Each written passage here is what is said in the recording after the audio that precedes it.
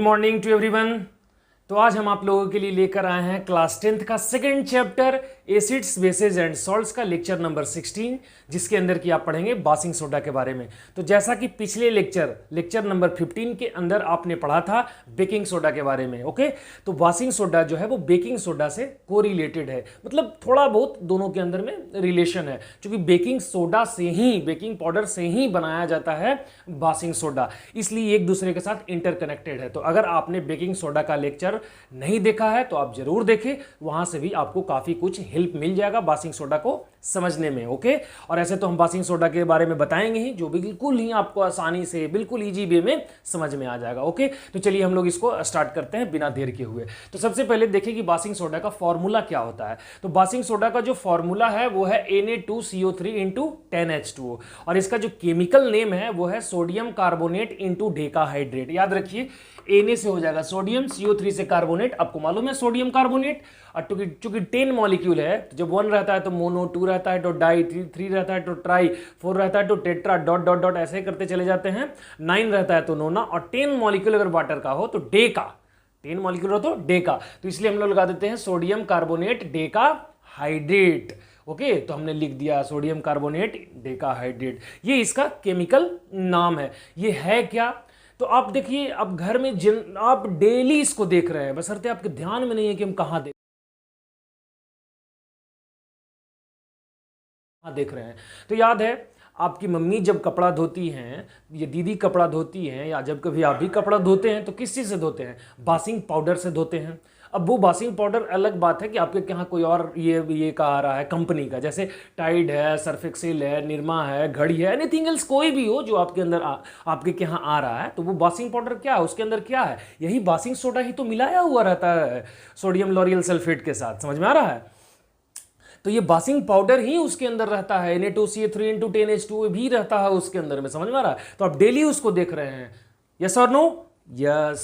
Okay, तो ये है क्या? तो ये व्हाइट क्रिस्टल है, व्हाइट क्रिस्टल है जिसके अंदर के 10 मॉलिक्यूल्स होते हैं। 10 मॉलिक्यूल्स कैसे पहचानेंगे आपके है कि नहीं? तो क्या करेंगे कि आप डिटर्जेंट जो सर्फ है, जो सर्फ एक्सेल या कोई भी हो, आप उसको ले लिया और ले करके ऐसे आप उसको ऐसे कुछ देर के ये रबिंग करें तो देखेंगे धीरे धीरे चिपचिपा होने लगता है। ठीक है, तो ये प्रूफ है कि उसके अंदर 10 मॉलिक्यूल होता है। ठीक है, ये व्हाइट क्रिस्टलाइन सॉलिड है जो कि एल्कलाइन होता है नेचर में। एल्कलाइन नेचर में क्यों होता है? क्योंकि ये जो है वो स्ट्रॉन्ग बेस और वीक एसिड के कॉम्बिनेशन से बनता है। समझ में आ रहा है? बासिंग पाउडर Na2CO3 × 10H2 है जो एल्कलाइन होता है नेचर में, और वो एल्कलाइन क्यों होता है? क्योंकि वो स्ट्रॉन्ग बेस और वीक एसिड के कॉम्बिनेशन से बनता है। और कौन से प्रोसेस से बनता है? तो सॉल्वे प्रोसेस से बनता है। हमने यहां लिखा है, आप ध्यान देंगे इस पर, कौन से प्रोसेस से बनता है बाबू? सॉल्वे प्रोसेस से बनता है। साथ ही साथ इसको बनाया जाता है, बेकिंग सोडा को गर्म करके भी बनाया जाता है। कैसे बनाएंगे हम लोग? बेकिंग सोडा को गर्म करके भी बनाया जाता है। ठीक है, अब कैसे बनाते हैं लैब के अंदर, इसको प्रिपेयर्ड कैसे करते हैं, कितने स्टेप में ये प्रिपेयर्ड किया जाता है, चलिए हम लोग इसको देखते हैं। तो ये जो बासिंग सोडा है इसको 3 स्टेप में कंप्लीट किया जाता है। ठीक है, सारे स्टेप को हम एक एक करके देख लेते हैं। पहले आप इसका जो इंट्रोडक्शन है आप इसका स्क्रीनशॉट ले लीजिए। ठीक है, अब चलिए हम लोग क्या करेंगे, सबसे पहले इसका प्रिपरेशन देख ली कि कैसे प्रिपेयर करते हैं। तो इसको 3 स्टेप में प्रिपेयर किया जाता है। पहला स्टेप में क्या होता है, तो देखो हम लिख देते हैं क्या, कि washing soda is prepared by 3 step, by 3 step. Exam वगैरह में आपसे पूछे तो आप एक्सप्लेन करके, अगर 5 नंबर के अंदर पूछा है तो अब इसी तरीके से बनाएंगे तो आपको फुल मार्क्स, एकदम कोई रोकने वाला नहीं है, एकदम बिल्कुल याद रखिए इस बात को। तो फर्स्ट स्टेप क्या है? स्टेप नंबर फर्स्ट में क्या करेंगे, देखिए। तो स्टेप फर्स्ट में पहले हम आपको बता दे रहे हैं क्या करना है। सबसे पहले ब्राइन सॉल्यूशन ले लेना है। जब हमने क्या बताया था, ब्राइन सॉल्यूशन का मतलब क्या होता है कि NaCl और वाटर आपस में मिक्स हैं, सोडियम क्लोराइड और वाटर मिक्स होते हैं तो उसको ब्राइन सॉल्यूशन कहा जाता है। सॉल्ट अगर वाटर के साथ मिला होता है तो उसको ब्राइन सॉल्यूशन कहा जाता है। ठीक है, अब ये सॉल्ट और वाटर का मिक्सचर को ब्राइन सॉल्यूशन कहेंगे। तो यहां जो सॉल्ट लेना है वो NaCl लेना है। NaCl और वाटर का मिक्सचर को क्या करना है कि अमोनिया गैस और कार्बन डाइऑक्साइड गैस से पास कर देना है, वो दोनों को एक दूसरे के साथ रिएक्ट करवा देना है। ठीक है, तो क्या लिख देंगे बाबू कि when Bryan solution of Bryan solution of, यहां लिख दें ब्राइन का मतलब है ना, ब्राइन, ब्राइन का मतलब क्या हो रहा है, mixture of H2O plus NaCl, ठीक है। तो solution of when brine solution of NaCl is mixed, या हम लोग रिएक्ट लिखते हैं, is react with carbon dioxide and ammonia gas, then sodium bicarbonate and ammonium chloride, कौन, अमोनियम क्लोराइड इज फॉर्म, ठीक है, कोई दिक्कत नहीं। क्या करना है, सोडियम क्लोराइड के ब्राइन सॉल्यूशन को लेना है किसके साथ, कार्बन डाइऑक्साइड और अमोनिया गैस के साथ। हालांकि बेकिंग सोडा के अंदर भी हम यही लिए थे, इसीलिए तो बोले आपको कि बेकिंग सोडा का आप जरूर लेक्चर को देखिए, क्योंकि दोनों एक दूसरे से कनेक्टेड है। तो हम सबसे पहले कंप्लीट कर लेते हैं स्टेप फर्स्ट को, कि NaCl plus H2O plus CO2 plus NH3, तो ये क्या बना देगा, NH4Cl प्लस NaHCO3, कोई दिक्कत नहीं। हमारे पास सबसे पहले बन गया सोडियम बाइकार्बोनेट, कोई दिक्कत, फर्स्ट स्टेप में हमको ये मिल जाता है।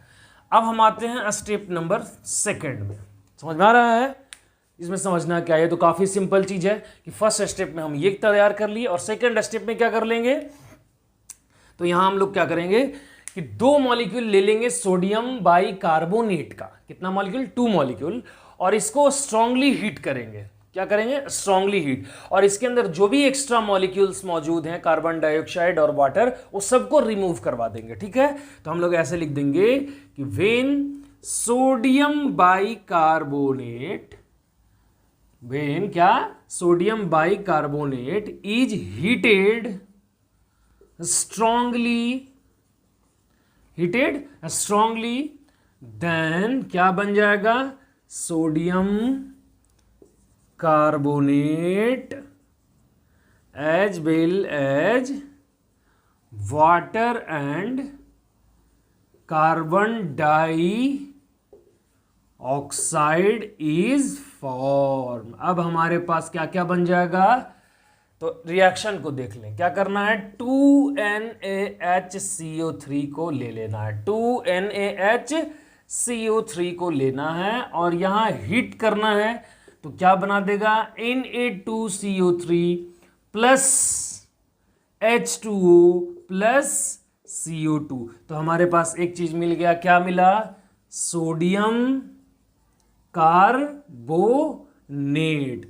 अभी सोडियम कार्बोनेट मिला है, वाटर ऑफ क्रिस्टलाइजेशन नहीं है इसके साथ, और हम आपको बताए थे कि बासिंग सोडा का फॉर्मूला सोडियम क्या है, नेम होता है सोडियम कार्बोनेट, और फॉर्मूला है क्या, Na2CO3 इंटू 10H2O। अभी हम लोगों को क्या मिला है, Na2CO3, जो कि क्या है, सोडियम कार्बोनेट।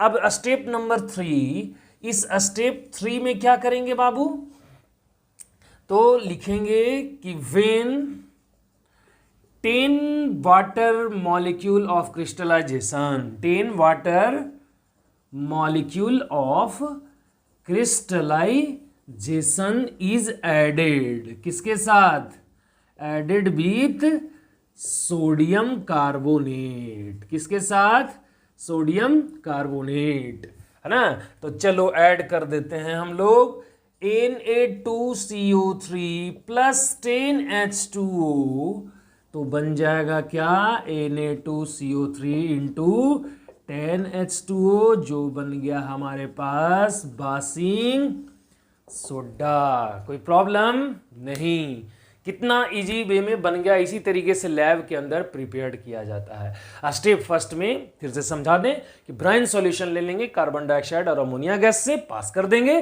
जैसे ही पास करेंगे सोडियम बाइकार्बोनेट आपके सामने बन जाएगा, और ये जो सोडियम बाइकार्बोनेट है उसको सेकेंड स्टेप में हीट कर देंगे, तो इसमें जो भी मौजूद वाटर मॉलिक्यूल और कार्बन डाइऑक्साइड रहेंगे वो लिबरेट कर जाएंगे, निकल जाएंगे।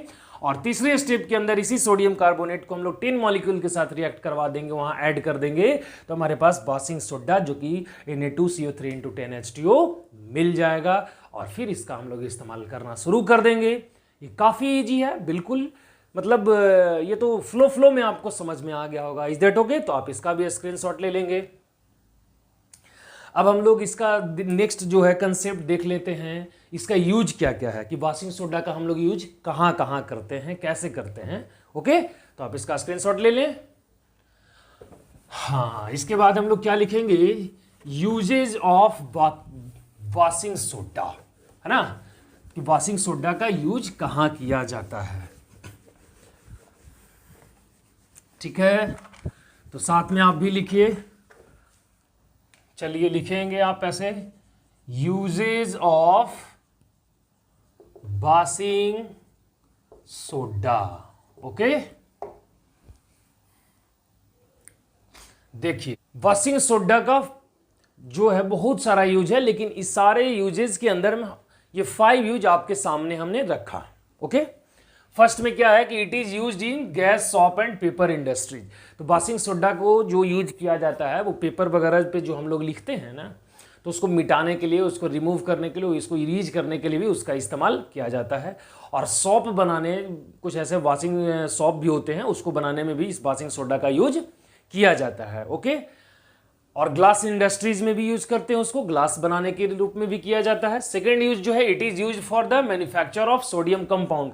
तो बहुत सारे ऐसे सोडियम कंपाउंड हैं जिसका कि इस्तेमाल हम लोग लेबोरेटरी के अंदर में करते हैं, तो उसको भी बनाने में भी किया जाता है। और कुछ इंपॉर्टेंट सब्सटेंस जैसे कि बोरेक्स वगैरह को बनाने में इस सोडियम कार्बोनेट का यूज किया जाता है। थर्ड जो यूज है वो वाटर के अंदर जो हार्डनेस आती है ना, उसको हम लोग रिमूव करने के लिए भी यूज करते हैं। इसीलिए हम लिखते हैं कि it is use to remove permanent hardness of water.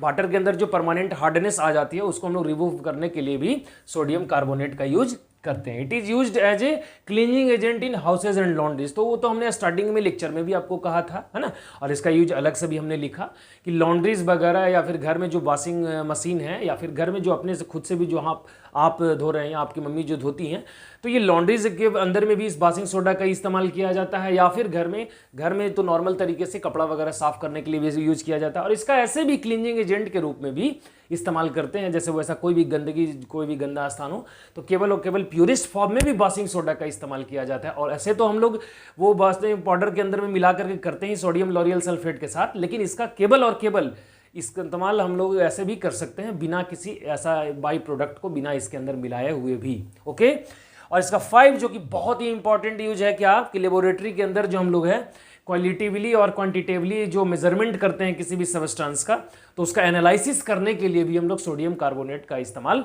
करते हैं। और ये सब के अंदर में 10 मॉलिक्यूल रहेंगे ही, सोडियम कार्बोनेट डेकाहाइड्रेट के रूप में ही रहता है।